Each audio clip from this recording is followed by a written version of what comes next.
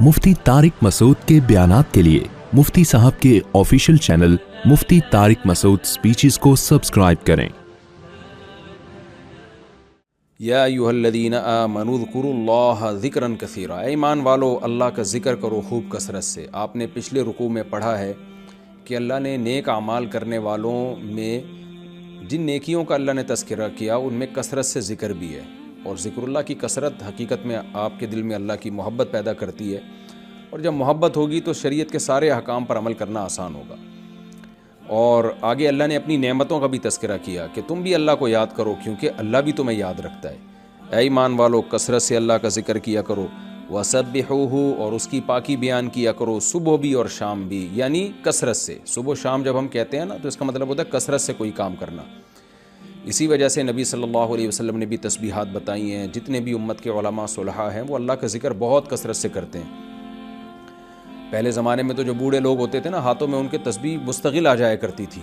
ہم نے اپنی دادی کو دیکھا، اپنی والدہ کو دیکھا، اپنے بڑوں کو دیکھا، وہ آخر عمر میں بہت زیادہ ذکر کیا کرتے تھے۔ آج یہ چیز بھی سوسائٹی سے ختم ہوتی جا رہی ہے۔ اہل اللہ ذکر اللہ باقاعدہ اپنی نگرانی میں اپنے مریدوں سے کرواتے رہے ہمیشہ سے، تاکہ لوگوں کے دل میں اللہ کی معرفت محبت پیدا ہو۔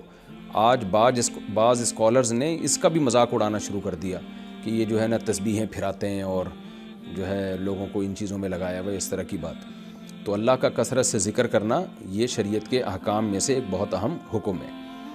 نبی صلی اللہ علیہ وسلم نے فرمایا جو سبحان اللہ والحمد للہ ولا الہ الا اللہ واللہ اکبر صبح 100 دفعہ پڑھ لے تو یہ کلمہ اللہ کو جتنی سورج جن چیزوں پہ طلوع ہوتا ہے نا ان سب سے زیادہ اللہ کو یہ کلمہ محبوب ہے، اس لیے صبح شام ذکر اللہ کا معمول بنانا چاہیے۔ اللہ فرماتے ہیں دیکھو اللہ بھی تمہارا تذکرہ کرتا ہے اور اللہ بھی تم پہ رحم کرتا ہے۔ هو الذی یصلی علیکم، اللہ وہ ذات ہے جو تم پر رحم کرتا ہے، وملائکتہ، اور اس کے فرشتے بھی رحمت کی دعائیں کرتے ہیں تمہارے لیے، لیخرجکم من الظلمات الی النور، تاکہ تمہیں گمراہی کے اندھیروں سے روشنی کی طرف لے کر آئیں۔ سورہ آل عمران میں ہے نا اللہ ولی الذین آمنوا یخرجہم من الظلمات الی النور، اللہ ایمان والوں کا ولی ہے جو گمراہی کے اندھیروں سے روشنی کی طرف لاتا ہے۔ تو یہ اللہ کی رحمت ہی تو ہے کہ اس نے پیغمبر کو بھیجا اور تمہیں قرآن کے ذریعے وہ بتاتا ہے کہ صحیح کیا ہے غلط کیا ہے۔ تو اللہ تم پہ رحم بھی کرتا ہے اور فرشتوں کو بھی اللہ نے اس کام پہ لگا دیا کہ تمہارے لیے رحم کی دعائیں کریں، اور پھر ساتھ ساتھ اللہ رحم کی ایک بڑی صورت یہ ہے کہ تمہیں بتاتا ہے کہ صحیح کیا ہے غلط کیا ہے، گمراہی کے اندھیروں سے نکال کے ہدایت کے روشنیوں کی طرف لے کر آتا ہے۔ وَكَانَ بِالْمُؤْمِنِينَ رَحِيمًا، اور ایمان والوں پر اللہ بہت رحم کرنے والا ہے، اس کی رحمت آخرت میں بھی ہے اور دنیا میں بھی ہے۔ دنیا کی رحمت تو اس نے بتا دی کہ تمہیں گمراہی سے نکال کے ہدایت کی روشنی کی طرف لاتا ہے۔ آخرت کی رحمت کیا ہے؟ تحیتہم یوم یلقونہ سلام، جس دن یہ لوگ اللہ سے ملاقات کریں گے تو ملاقات کا کلمہ سلام ہوگا، اللہ کی طرف سے ان پر سلامتی ہوگی، جیسے کہ سورہ یاسین میں ہے سلام قولا من رب الرحیم۔ وَأَعَدَّ لَهُمْ أَجْرًا كَرِيمًا، اور عمدہ رزق بھی اللہ نے ان کے لیے تیار کر کے رکھا ہے۔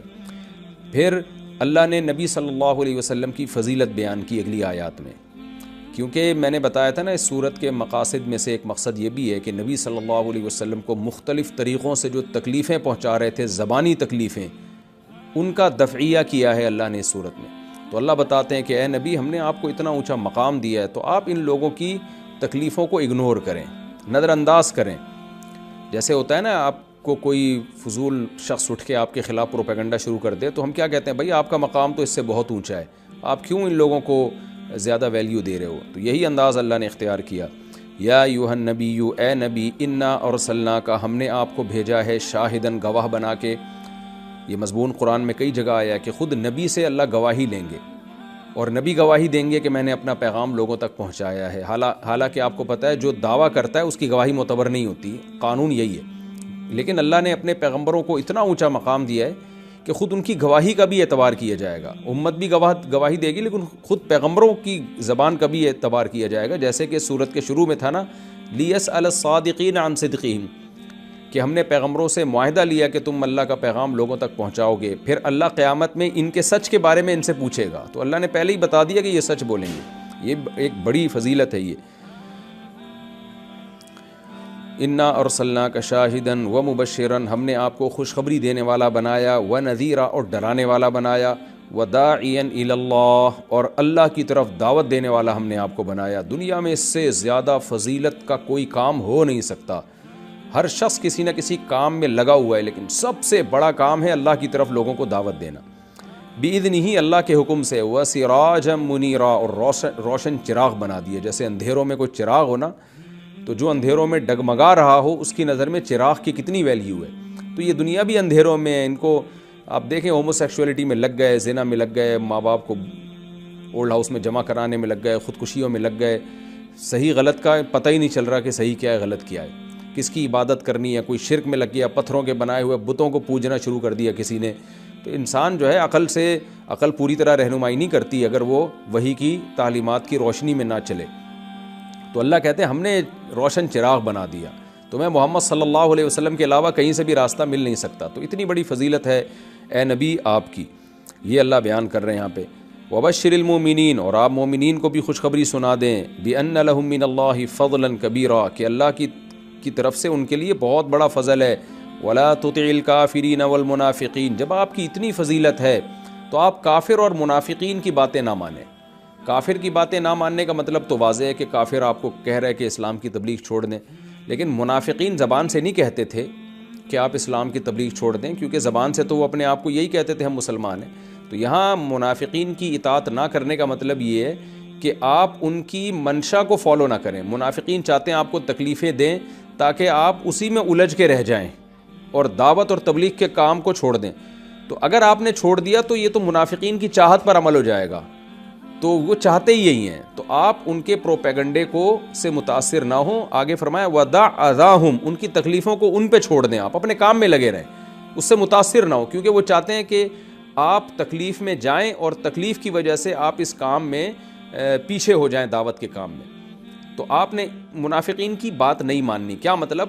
ان کی چاہت کو پورا نہیں کرنا۔ یہ مطلب ہے کہ آج بھی یہی ہے کہ کوئی شخص اگر دین کی دعوت میں ہو اور اوٹ پٹانگ قسم کے لوگ آ کے جو ہے ان کو اعتراضات شروع کر دیں، تو اگر آپ ان کے اعتراضات کے جواب میں پڑ گئے یا آپ نے ان کو دل پہ لینا شروع کر دیا تو جو پازیٹیو کام آپ کر رہے ہیں وہ نہیں کر پاتے۔ تو وہ چاہتے ہی یہی ہیں کہ علماء یہ سارے کاموں کو چھوڑ کر بس ہمارے اعتراضات کے جوابات میں لگے رہیں اور ہماری باتوں سے ہی تکلیف لیتے رہیں۔ تو وہ جو چاہتے ہیں نا، تو اگر آپ نے تکلیف لینا شروع کر دی تو ان کی چاہت پر عمل ہو جائے گا۔ وہ یہی چاہتے ہیں کہ آپ کو اس سے تکلیف ہو۔ اس کی مثال ایسے جیسے کوئی شخص آپ کو تنگ کر رہا ہو، چھیڑ رہا ہو اور آپ اس سے تنگ ہو رہے ہو، تو ہم کیا کہہ رہے ہیں، یار تم تو وہی کر رہے ہو جو یہ چاہتا ہے، تو تم تنگ ہونا چھوڑ دو تو یہ مایوس ہو جائے گا تم سے۔ وَتَوَکَّلْ عَلَى اللَّهِ، اور ایک اور طریقہ کہ اپنی دعوت پر جمے رہنے کا وہی کیا ہے کہ اللہ پر توکل کریں۔ وَكَفَى بِاللَّهِ وَكِيلًا، اللہ بہترین کارساز ہے، وہ ان منافقین کے پروپیگنڈے کو پنپنے نہیں دے گا۔